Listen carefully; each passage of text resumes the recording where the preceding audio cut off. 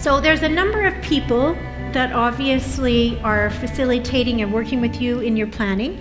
You are always number one because you may live to 103. But there's other people, estate planners like ourselves, your accountants from years past, your bankers, all kinds of people. In addition, there are your heirs, your beneficiaries, charities, children. Now, I want to bring this forward because if we don't include the heirs or the thoughts of the heirs, it can cause a lot of turmoil in an estate. And some time ago, probably about 5 years ago, I was brought into a case out of Red Deer. And what had happened is a very beautiful couple who had been married to their first spouses over 50 years had entered a second relationship with each other and got married. And so they'd been married for a window of time. And when they were preparing their living will to give each other authority over health care and finances, they didn't want to trouble each other because they were in elder years. So what they thought they would do is just within their own bloodlines, have their children be accountable, which seems rational at first instance. But what's not well understood is the children of the man hated their new stepmother.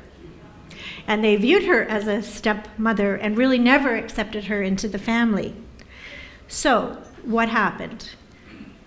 A few years into their marriage, he suffered a stroke. And off he goes into the hospital, and his living will for his finance and for his health care kick in. The children become the power of attorney. They commence divorce proceedings immediately. They do not allow his wife visitation because they have that much control in the document. The reason I share this with you is because you are not gone, you are not dead, you are alive, and your wishes are not being honored. So, what happened? He recovered. And I'm very glad to say he recovered. You can imagine, though, that their Christmas dinner was not very cool. And he did retain us, and we prepared his documents with his new wife being in control. So the reason I share this with you is statistically, we will enter second relationships. We will be part of blended families. And for you lovely gentlemen, you are outnumbered by the women. If you are lucky enough to continue in longevity and live on, if you can drive at night, you are the hottest commodity in our office. You are.